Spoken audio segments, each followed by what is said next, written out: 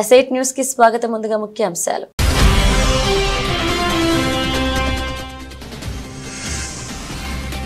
ఇంద్రకీలాద్రిపై వైభవంగా ప్రారంభమైన దేవి శరన్నవరాత్రి ఉత్సవాలు. బాల త్రిపుర సుందరి దేవి అలంకారంలో దర్శనమిచ్చిన దుర్గమ్మ తల్లి.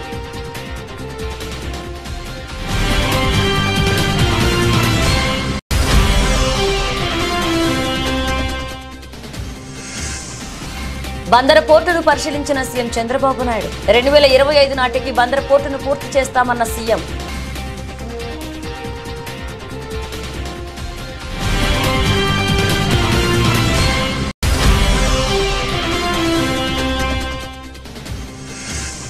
హన్మకొండలో మంత్రి కొండా సురేఖ మీడియా సమావేశం. అక్కినేని ఫ్యామిలీపై చేసిన వ్యాఖ్యలను ఉపసంహరించుకున్నట్లుగా ప్రకటన.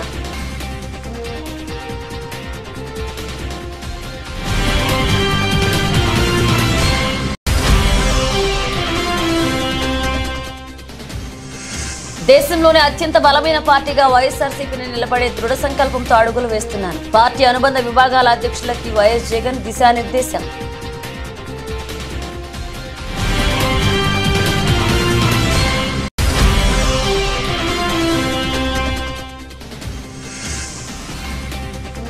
భారత్ క్రికెట్ చరిత్రలో అరుదైన ఘనత. సచిన్ గవాస్కర్ కు సాధ్యం కాని ఫీట్ నందుకున్న సర్ఫరాజ్ ఖాన్.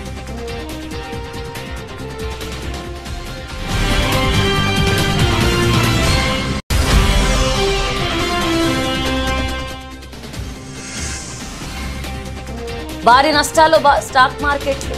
1% పైగా నష్టాలతో ప్రారంభమై సెన్సెక్స్ నిఫ్టీ సూచీలు.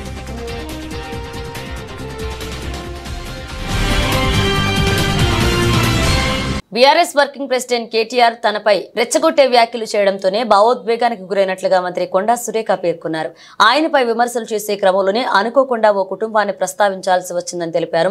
ఇవాళ హన్మకొండలో మంత్రి కొండా సురేఖ మీడియా సమావేశాన్ని నిర్వహించి మాట్లాడారు. తనకు ఎవరి మీద వ్యక్తిగత ద్వేషం లేదని చెప్పిన మంత్రి ఆ కుటుంబ సభ్యులు పెట్టిన పోస్టు చూసి చాలా బాధపడ్డా అన్నారు. మంత్రి కొండా సురేఖ ఇంకా మాట్లాడుతూ తాను ఏ విషయంలోనైతే బాధపడ్డానో ఆ విషయంలో మరొకరిని నొప్పించారని తెలిసి నా వ్యాఖ్యలను ఉపసంహరించుకున్నాను. నేను పడ్డ బాధ మరొకరు పడకూడదని ఈ నిర్ణయం తీసుకున్నా అన్నారు. అప్పుడే దీనిపై స్పందిస్తూ ఎక్స్ వేదికగా పోస్ట్ పెట్టాను. అయితే కేటీఆర్ విషయంలో మాత్రం వెనక్కి తగ్గే ప్రసక్తి లేదన్నారు. ఆయన క్షమాపణలు చెప్పాల్సిందే అన్నారు. కానీ ఇప్పుడు రివర్స్ లో నన్ను ఆయన క్షమాపణలు చెప్పాలని కోరడం విడ్డూరంగా ఉందన్నారు. ఆయన వ్యవహారం దొంగే దొంగ అన్నట్లుగా ఉంది. కేటీఆర్ లీగల్ నోటీస్ పై న్యాయపరంగా ముందుకు వెళ్లడం జరుగుతుందన్నారు మంత్రి కొండా సురేఖ. అనుకోకుండా నా నోటు నుంచి జరగడం జరిగింది. ఆ తర్వాత వారి ట్వీట్ చూసిన తర్వాత నేను కూడా చాలా బాధపడ్డాను. ఎందుకంటే ఏ విషయంలో నేనైతే బాధపడతా ఉన్నానో ఆ విషయంలో నేను ఇంకొకరిని నొప్పించాను అని తెలిసి రాత్రి వెంటనే మరి దాన్ని వెనక్కి తీసుకుంటూ నేను ట్వీట్ చేయడం జరిగింది. నేను పడ్డ బాధ ఇంకొకరు పడకూడదు అనేటువంటి ఒక ఆలోచనతోటి నేను బేషరతుగా దాన్ని వెనక్కి తీసుకోవడం జరిగింది. కానీ కేటీఆర్ విషయంలో మాత్రం తగ్గేది లేదు. ఆయన తప్పనిసరిగా క్షమాపణ చెప్పాల్సిన అవసరం ఉంది.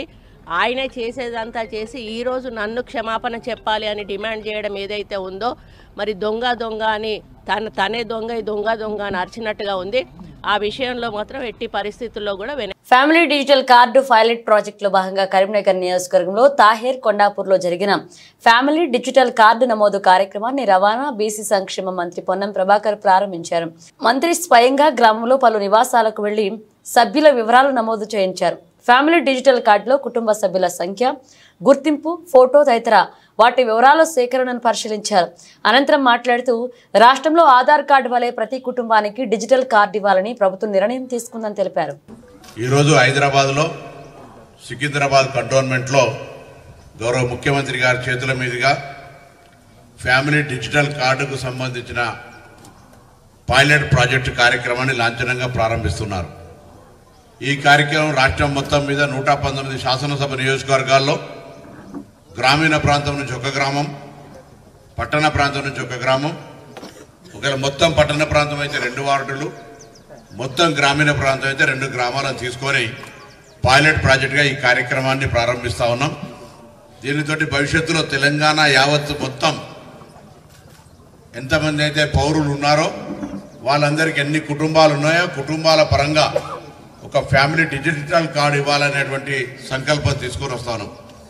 ఇందులో వచ్చే వాళ్ళు మీ ఆస్తుల వివరాలు, మీకు సంబంధించిన ఇతర ఏమి ఆర్థిక లావాదేవీల గురించి అడగరు. మీ కుటుంబ సభ్యుల సంఖ్య, వారికి సంబంధించిన ఒక గ్రూప్ ఫోటో. గతంలో మీకు తెలుసు, నేను ఎవరిని విమర్శించడానికి రాలేదు, కానీ కార్యక్రమం లోపల పెళ్లిలై వాళ్ళ పిల్లలైతే కూడా కొత్త రేషన్ కార్డు కావాలంటే 10 సంవత్సరాలు చాలా ఇబ్బంది పడ్డటువంటి పరిస్థితి. ఇవాళ ఈ ఫ్యామిలీ గుర్తింపు కార్డు కుటుంబానికి, మీరు ఇంట్లో 4 పిల్లలుండి 4 పెళ్లిలై 4 పిల్లలుంటే 4 ఫ్యామిలీగా మీరు డిజిటల్ కార్డులు తీసుకునేటువంటి అవకాశం ఉంటుంది. ఇందులో ఇంతకుముందు చెప్పినట్టుగా ఎవరికి సంబంధించిన ఆస్తులో, బ్యాంక్ అకౌంట్లో లావాదేవీలకు సంబంధించిన అంశం ప్రస్తావన రాదు. మీరల్లా చేయాల్సింది, మీకు సంబంధించి గ్రామంలో 140 కుటుంబాలు, 140 ఇండ్లున్నాయి.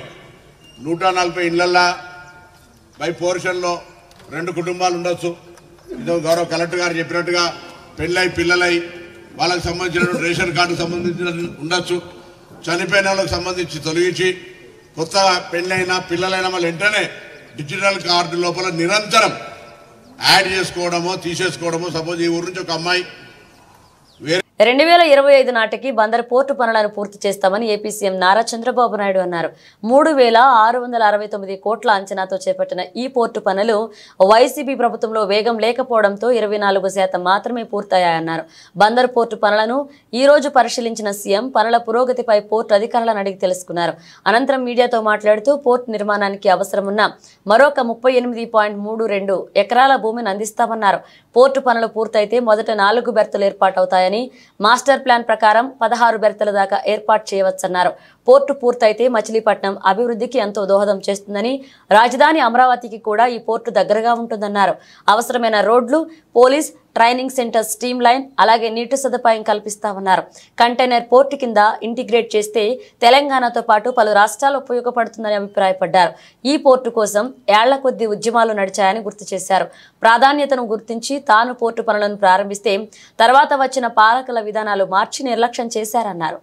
దగ్గర 3,669 కోట్ల రూపాయల ఖర్చుతో పీపీ మోడల్లో ఈ ప్రాజెక్టు పూర్తవ్వాలి. అక్టోబర్ 2025కే పూర్తి చేయాల్సిన అవసరం ఉంది. కానీ పనులు మాత్రం 26% ఇప్పటికి పూర్తయినాయి. 24% 865 కోట్ల రూపాయల వర్త్ పనులు పూర్తయినాయి. రేపు ఎల్లుండో డెవలపర్ పిలిపించి గట్టిగా చెప్తాను, చెప్పి ఎట్టి పరిస్థితుల్లో 25కు పూర్తయ్యేట్టుగా ఈ ప్రాజెక్ట్ని స్పీడప్ చేస్తాం.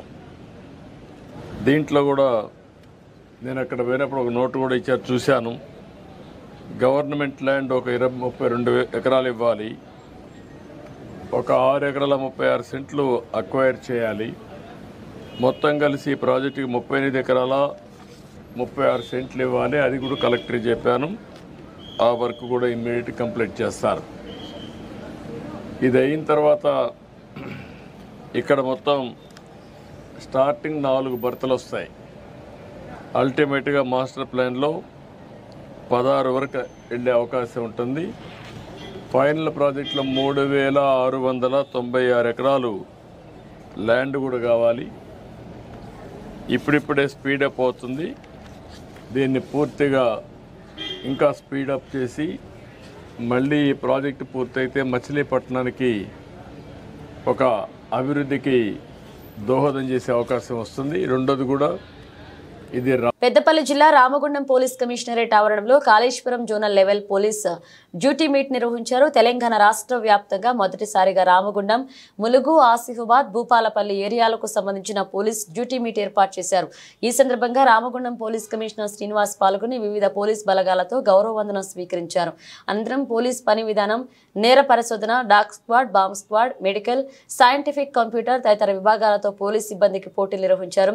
2 రోజుల పోటీలు నిర్వహణ అనంతరం తిరిగి రాష్ట్ర స్థాయి పోటీలకు పంపించేందుకు సన్నాహకాలు చేస్తామని సిపి శ్రీనివాసులు తెలిపారు. తెలంగాణ ఫార్మేషన్ అయిన తర్వాత first time police duty meet జరుగుతుంది 10 ఏళ్ల తర్వాత.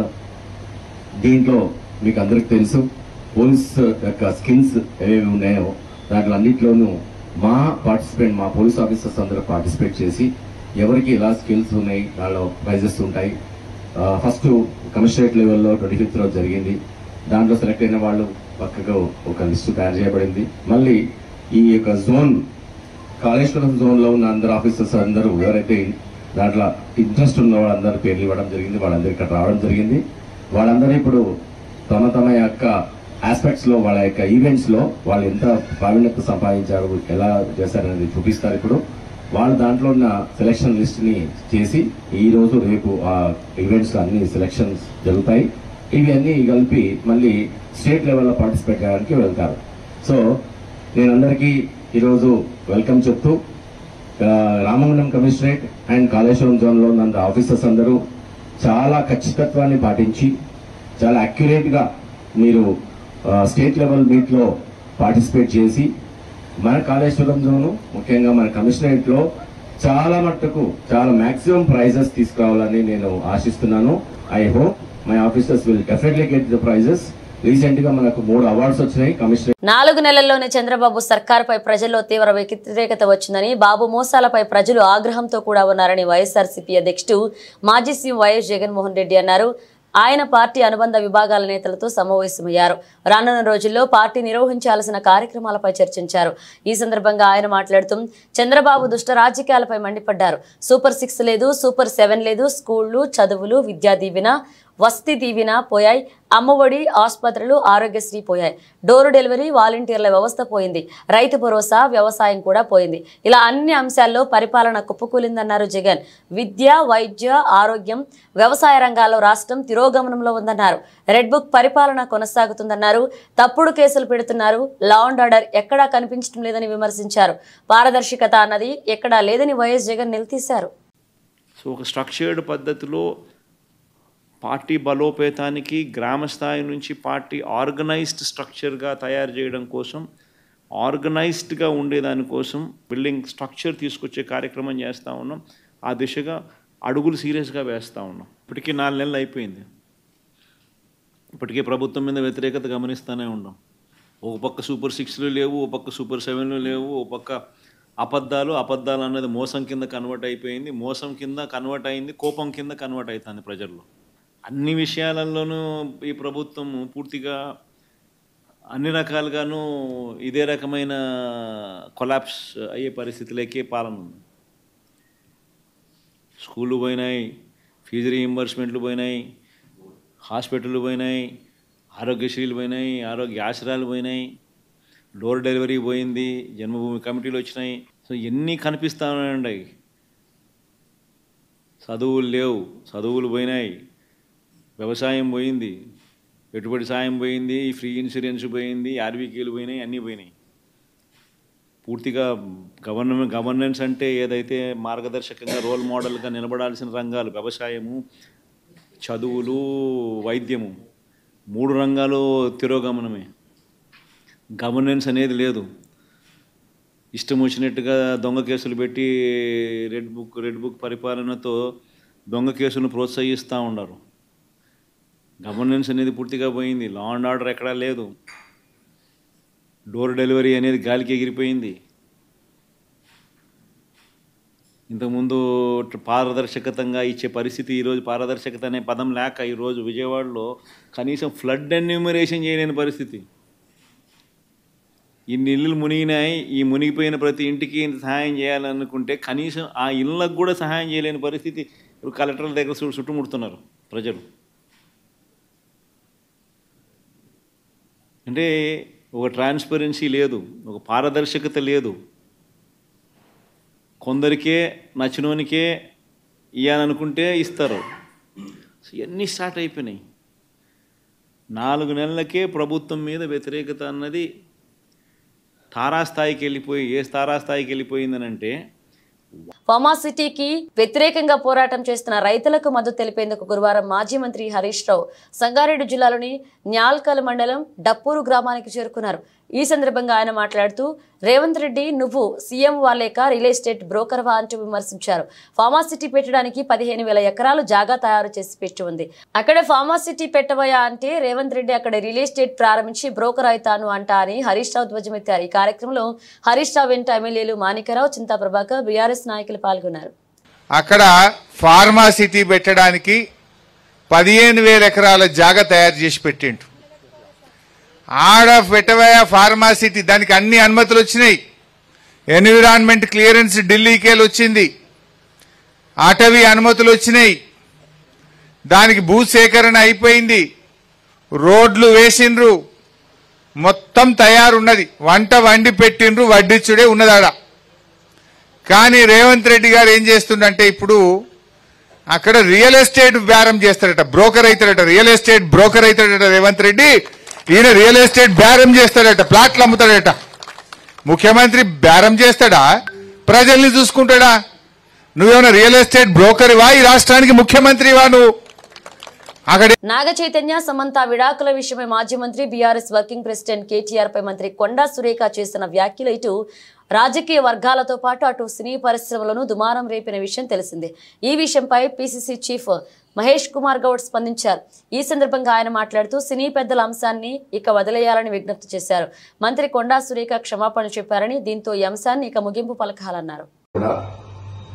పీసీసీ అధ్యక్షుడిగా నేను విజ్ఞప్తి చేస్తా ఉన్నాను. నిన్న మంత్రి గారు మాట్లాడిన విషయంలో ఒక సినీ ప్రముఖుల విషయంలో ప్రస్తావించడం, వారి మనసు గాయపడడం, ఇదంతా జరిగిన పినమట పార్టీ ఆదేశాల మేరకు మంత్రి గారు బేషరతుగా వారు వాడిన మాటల్ని వెనక్కి తీసుకోవడం జరిగిపోయింది. నేను కేటీఆర్ గారు ఒక మహిళ అని చూడకుండా ఒక మహిళా మంత్రి మీద ఒక సోదరుడు సోదరిమణికి వేసే విధంగా పూలారం నూలుకోవు దండ వేస్తే విపరీతంగా చెడు మార్గంలో ట్రోల్ చేయడం, ఎప్పుడో మాటని ఆడియో రిలీజ్ చేయడం, ఆ సందర్భంలో క్రోధోక్తులైనటువంటి మంత్రి గారు కొన్ని కామెంట్స్ చేయడం, అంతకుముందు మంత్రి గారి మీద కేటీఆర్ చేసినటువంటి వ్యాఖ్యలు కూడా మీరందరూ గమనించి ఉంటారు. ఏది ఏమైనప్పటికీ ఎవరి మీద ఎవరు వ్యాఖ్యలు చేసినా, ఎవరు నొచ్చుకున్నా ఇది తెలంగాణ సమాజానికి మంచిది కాదనే ఉద్దేశంతో మంత్రి గారు బేషరతుగా ఆ వ్యాఖ్యల్ని ఉపసంహరించుకున్నటువంటి సందర్భం. ఆవిడ ట్వీట్లో పెట్టినారు, మీరు కష్టపడి పైకొచ్చిన తీరు నాకు ఆదర్శప్రాయము, అలాంటి మిమ్మల్ని నేను అభిమానిస్తా ఉన్నాను, నా మాటల్ని బేషరతుగా నేను వెనక్కి తీసుకుంటున్నాననే మాట చెప్పడం జరిగింది. ఇరువైపులో కూడా మహిళలే ఉన్నారు. మొదటగా మంత్రి గారి మీద కేటీఆర్ చేసిన వ్యాఖ్యలు, పెట్టిన ట్రోల్స్, వివిధ సోషల్ మీడియాలో వచ్చినటువంటి అభ్యంతరకరమైనటువంటి ట్వీట్స్ మీరందరూ కూడా గమనించే ఉండుంటారు. ఏపీలో కూటమి ప్రభుత్వం తీసుకొచ్చిన కొత్త మద్యం పాలసీపై ఎమ్మెల్సీ వైసీపీ మహిళా విభాగ అధ్యక్షురాలు వరదు కళ్యాణి మండిపడ్డారు. సీఎం చంద్రబాబు నాయుడు ఏనాడు మద్యాన్ని నియంత్రించాలని చూడలేదన్నారు. గతంలో ఎన్టీఆర్ కు వెన్నుపోటు పొడిచి అధికారంలోకి వచ్చిన చంద్రబాబు ఇవాళ మద్యపాన నిషేధానికి కూడా వెన్నుపోటు పొడిచారని విమర్శించారు. తాడేపల్లిలోని వైసీపీ కేంద్ర కార్యాలయంలో వరదు కళ్యాణి మీడియాతో మాట్లాడుతూ మద్య నియంత్రణను ప్రభుత్వం బాధ్యతగా తీసుకోవాలని సూచించారు. ప్రభుత్వ ఆధీనంలో ఉన్న మద్యం షాపులను ఎవరిని ఉద్ధరించడానికి ప్రైవేట్ పరం చేస్తున్నారని డిమాండ్ చేశారు. గాంధీ జయంతి రోజు బ్రాందీ పాలసీని ఎందుకు తెచ్చారని ప్రశ్నించారు. ఈ మద్యం పాలసీ అమలైతే మహిళల పసుపు కుంకుమలకు గ్యారంటీ ఉండదని ఆవేదన వ్యక్తం చేశారు. ఎన్నికల సమయంలో ఇంటింటికి పథకాలు తీసుకొస్తామని చెప్పిన చంద్రబాబు కానీ ఇప్పుడు ఇంటింటికి మద్యం పథకాన్ని తీసుకొచ్చారని వరదు కళ్యాణి ఆగ్రహాన్ని వ్యక్తం చేశారు. నిత్యావసర వస్తువుల ధరలను విపరీతంగా పెంచేసి మద్యం మాత్రం 99కే ఇస్తామని అంటున్నారని, ఇష్టం వచ్చినట్లుగా తాగి తందనాలు ఆడుకోకండని చంద్రబాబు చెప్తున్నారని మండిపడ్డారు. ఆ ఎన్టీ రామారావు గారికి వెన్నుపోటు పొడిచి అధికారం తీసుకున్నారు చంద్రబాబు నాయుడు గారు. అలాగే మద్యపాన నిషేధానికి కూడా వెన్నుపోటు పొడిచిన పరిస్థితి మనం చూసాం. అలాగే ఈ రాష్ట్రంలో ఉన్న డిస్టిలరీస్ లో చంద్రబాబు నాయుడు గారు ముఖ్యమంత్రిగా ఉన్నప్పుడు, అలాగే దేవుళ్ళంటే కూడా ఎంత చులకనగా మాట్లాడారంటే చంద్రబాబు నాయుడు గారు, ఆ రోజు అయ్యప్ప స్వాములు టైంలో మద్యం అమ్మకాలు తగ్గిపోయి ప్రభుత్వానికి ఆదాయం తగ్గిపోతుంది అంటూ మద్యానికి దేవుళ్ళకి ముడివేసి వాళ్ళను కూడా చులకనగా మాట్లాడిన పరిస్థితి చూసాం. ఆ చంద్రబాబు నాయుడు గారి టైంలో వీధికి ఒక బెల్ షాప్ పెట్టి మద్యం ఏరులై పారేట్టుగా ఉండే పరిస్థితి మనం చూసాం. మళ్ళీ ఇప్పుడు అదే పరిస్థితి మనకు కనిపిస్తూ ఉంది. కాబట్టి దీన్ని మేము తీవ్రంగా ఖండిస్తూ ఉన్నాము. అలాగే చంద్రబాబు నాయుడు గారిని మహిళలతో మాట్లాడుతూ గత ప్రభుత్వంలో మంచి మద్యం ఇవ్వలేదు, మేము మంచి మద్యం ఇస్తాము అని చెప్తూ ఉన్నారు. మరి అయితే నేను చంద్రబాబు నాయుడు గారిని ఒకటే అడుగుతూ ఉన్నాను, మరి మంచి మద్యం ఇవ్వకపోతే అదే మద్యాన్ని 4 నెలలు ఎందుకు మీరు అమ్మారు? అలాగే ఆ డిస్టిలరీస్ని ఎందుకు మీరు రద్దు చేయలేదు? మంచి మద్యం ఇవ్వకపోవడం వల్ల ప్రాణాలు కోల్పోయాయి అని అంటున్నారు కదా ప్రజల ప్రాణాలు. మరి అదే మద్యాన్ని ఎలా ఈ 4 నెలలు కంటిన్యూ చేశారు నేను అడుగుతూ ఉన్నాను. ఆ బ్రాండ్స్ని ఎందుకు మీరు క్యాన్సిల్ చేయలేదు, తొలగించలేదు అని నేను అడుగుతూ ఉన్నాను. చంద్రబాబు నాయుడు గారికి ముందు నుంచి కూడా అబద్ధాలు చెప్పడంలో అందవేశని చెయ్య. కాబట్టి ఈ మద్యం విషయంలో కూడా ప్రజలు మభ్యపెట్టడానికి ట్రై చేస్తూ ఉన్నారు. ఈ రాష్ట్రంలో ఉన్న మహిళలందరూ కూడా దీన్ని తీవ్రంగా వ్యతిరేకిస్తూ ఉన్నాము. ఇలాంటి పాలసీ వలన తాగడం అనేది ఎక్కువైపోతుంది, మద్యం అమ్మకాల మీద నియంత్రణ ఉండదు, ఈ రాష్ట్రంలో క్రైమ్ రేట్ పెరిగిపోయే పరిస్థితి ఖచ్చితంగా కనిపిస్తూ ఉంది. అలాగే సిండికేట్ల చేతుల్లోకి వెళ్ళిపోయి విచ్చలవిడిగా మద్యం అమ్మకాలు రేట్స్ పెరిగిపోయే పరిస్థితి ఉంది. కాబట్టి దీన్ని అంతటినీ కూడా మేము తీవ్రంగా వ్యతిరేకిస్తూ ఉన్నాం. బీఆర్ఎస్ వర్కింగ్ ప్రెసిడెంట్ కేటీఆర్ మీద మంత్రి కొండా సురేఖ చేసిన వ్యాఖ్యలపై బీఆర్ఎస్ నేత ఆర్ఎస్ ప్రవీణ్ కుమార్ తీవ్రస్థాయిలో మండిపడ్డారు. తెలంగాణ భవన్లో ఏర్పాటు చేసిన మీడియా సమావేశంలో మాట్లాడుతూ కొండా సురేఖ మంత్రి పదవికి అనర్హురాలు అన్నారు. ఆమె చేసిన వ్యాఖ్యలపై లీగల్ ముందుకు వెళ్తా అన్నారు. కొండా సురేఖ తన వ్యాఖ్యలకు బేషరతుగా క్షమాపణ చెప్పాలని డిమాండ్ చేశారు. ఆమె వ్యాఖ్యలు కాంగ్రెస్ నీచ సాంస్కృతికి నిదర్శనమన్నారు. రేవంత్ రెడ్డి పాలనలో అరాచకాలు, అశాంతి, అభద్రతా భావం పెరుగుతున్నాయని ఆరోపించారు. నిన్న హైదరాబాద్ నడిబొడ్డున పట్టపగలే కేటీఆర్ కాన్వాయ్ మీద కాంగ్రెస్ గూండాలు దాడికి పాల్పడ్డారని ఆగ్రహాన్ని వ్యక్తం చేశారు. కేటీఆర్ కాన్వాయ్పై దాడి జరిగి 24 గంటలు దాటినా నిందితులను ఎందుకు అరెస్ట్ చేయలేదని నిలదీశారు. కాంగ్రెస్ నేతలు బీఆర్ఎస్ భవన్ వద్దకు వచ్చి దిష్టిబొమ్మను దగ్నం చేస్తుంటే బీఆర్ఎస్ కార్యకర్తలు అడ్డుకున్నారని, కానీ వారిపై కేసులు పెట్టారని ఆగ్రహాన్ని వ్యక్తం చేశారు. మరి మా కార్యాలయంపై దాడి చేసిన కాంగ్రెస్ కార్యకర్తలపై పోలీసులు ఎందుకు కేసు నమోదు చేయడం లేదన్నారు ఆర్ఎస్ ప్రవీణ్ కుమార్. చాలా అమానవీయమైన కామెంట్ అండి, ఏమాత్రం సంస్కారం లేని కామెంట్. కొండా సురేఖ గారికి అసలు ఆమె మంత్రివర్గంలో ఉండే అర్హత కూడా వారికి లేదు. అమానవీయమైన కామెంటు, కించపరిచే కామెంటు, ఒక వ్యక్తి యొక్క ఇమేజ్ను దెబ్బతీసే కామెంటు. దీని మీద తప్పకుండా లీగల్ చర్యలు కూడా ఉంటాయి. ఇట్లా నోరు మూసుకొని కూర్చోరు తెలంగాణ ప్రజలు. నేను మళ్ళీ రిపీట్ చేస్తున్నా, మేము మళ్ళీ ఇప్పుడు కూడా చెప్తున్నా, మా పార్టీ నాయకులు కేటీఆర్ గారు పీడిత ప్రజల కోసం రాత్రింబవళ్ళు పోరాడుతూ ఉన్నారు. ఆ పోరాటాన్ని చూసి తట్టుకోలేక మా బండారం బయటపడుతుందని చెప్పి కాంగ్రెస్ పార్టీ ఇలా కొండా సురేఖ గారితోని చాలా విచ్చలవిడి, అంటే సంస్కారం లేని కామెంట్స్ చేయిస్తూ ఉన్నారు. తప్పకుండా ఆమె వెనక్కి తీసుకోవాలి, క్షమాపణ చెప్పాలి. అటెన్షన్ డైవర్షన్ చేయాలని చూస్తున్నారు.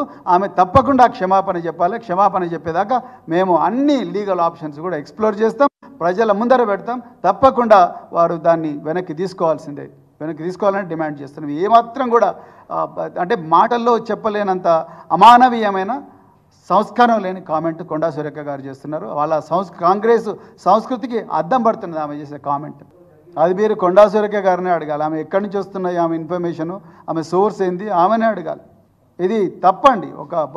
ఒక జాతీయ ఒక నాయకుడిని, ఒక మంచి ఇమేజ్ ఉండి తెలంగాణను ప్రపంచ పటంలో పెట్టిన ఒక గొప్ప దార్శనికుడిని ఇంత నీచంగా మాట్లాడడం అనేది చాలా చాలా దురదృష్టకరం. మరి కాంగ్రెసు సంస్కృతి, నీచ సంస్కృతికి నిలువుటద్దం కొండా సురేఖ గారు చేస్తున్న కామెంట్స్. పూర్తిగా మేము దీన్ని ఖండిస్తున్నాం. కనకదుర్గమ్మ కొలువైన బెజవాడ ఇంద్రకీలాద్రిపై దసరా శరన్నవరాత్రి ఉత్సవాలు వైభవంగా ప్రారంభమయ్యాయి. వేకువజామునే జగన్మాతకు స్వప్నాభిషేకం, ఇతర పూజలు నిర్వహించారు.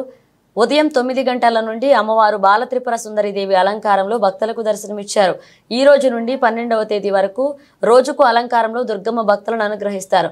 భక్తుల కొంగు బంగారంగా పేరొందిన జగజ్జనని దర్శనానికి భక్తులు విశేషంగా తరలి వస్తున్నారు. దీంతో ఆలయం పరిసర ప్రాంతాలు భక్తులతో సందడిగా మారాయి. దసరా ఉత్సవాల వేళ అంతరాలయ దర్శనాలను నిలిపివేశారు.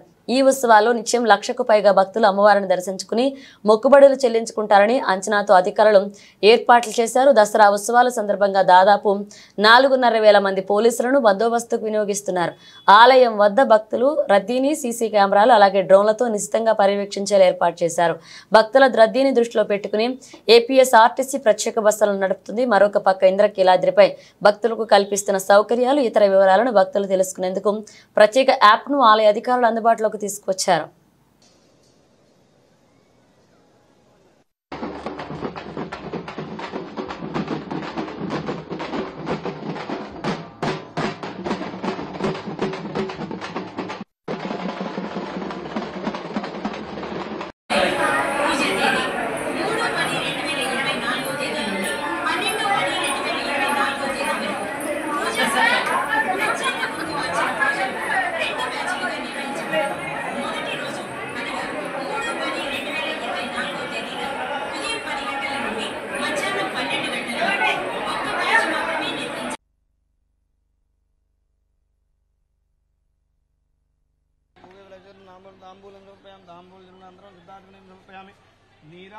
టీమిండియా యువ ఆటగాడు సర్ఫరాజ్ ఖాన్ అరుదైన ఫీట్ ను నమోదు చేశాడు. ఇరానీ కప్ లో భాగంగా రెస్ట్ ఆఫ్ ఇండియాతో జరుగుతున్న మ్యాచ్ లో ముంబై తరపున డబుల్ సెంచరీ సాధించిన తొలి క్రికెటర్ గా సర్ఫరాజ్ 221 బ్యాటింగ్ చరిత్ర సృష్టించాడు. 42 సార్లు రంజీ ఛాంపియన్షిప్ అయిన ముంబై జట్టుకు ఇప్పటికే ఎంతో మంది దిగ్గజ క్రికెటర్లు ఆడారు, కానీ ఎవరూ ఇప్పటి వరకు ద్విశతకం నమోదు చేయలేదు.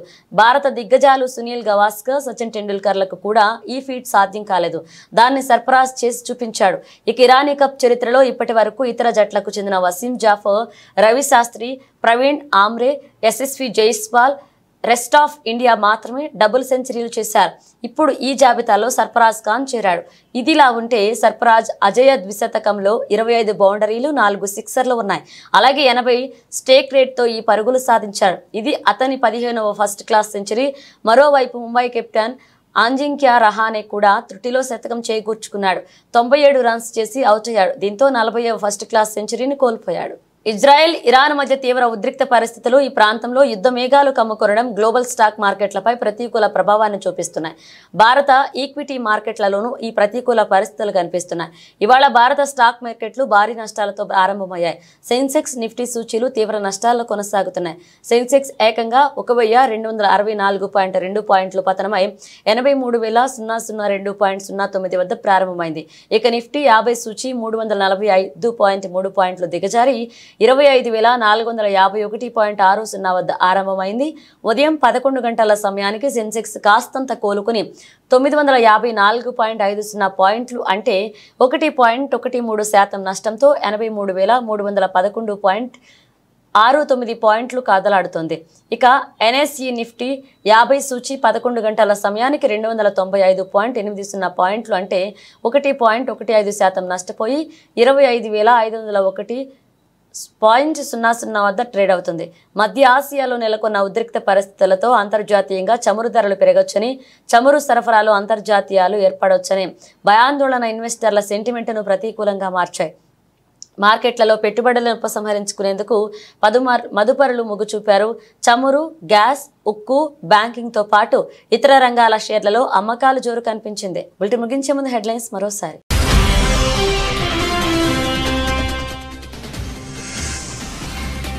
ఇంద్రకీలాద్రిపై వైభవంగా ప్రారంభమైన దేవి శరన్నవరాత్రి ఉత్సవాలు.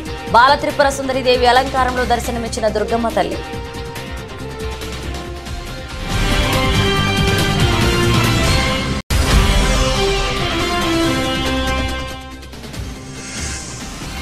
బందర పోర్టును పరిశీలించిన సీఎం చంద్రబాబు నాయుడు. 2025 నాటికి బందర పోర్టును పూర్తి చేస్తామన్న సీఎం.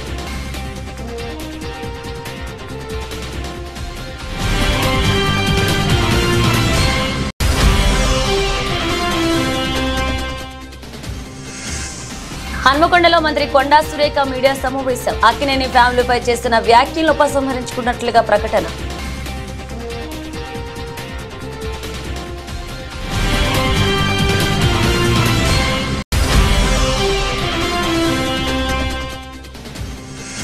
దేశంలోనే అత్యంత బలమైన పార్టీగా వైఎస్ఆర్సీపీని నిలబడే దృఢ సంకల్పంతో అడుగులు వేస్తున్నాను. పార్టీ అనుబంధ విభాగాల అధ్యక్షులకి వైఎస్ జగన్ దిశానిర్దేశం.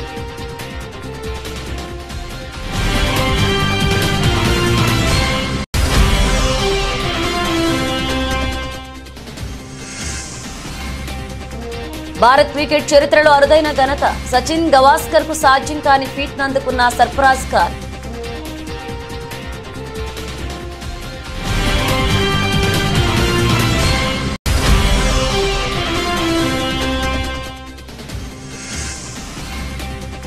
భారీ నష్టాలు స్టాక్ మార్కెట్లు 1% పైగా నష్టాలతో ప్రారంభమై సెన్సెక్స్ నిఫ్టీ సూచీలు.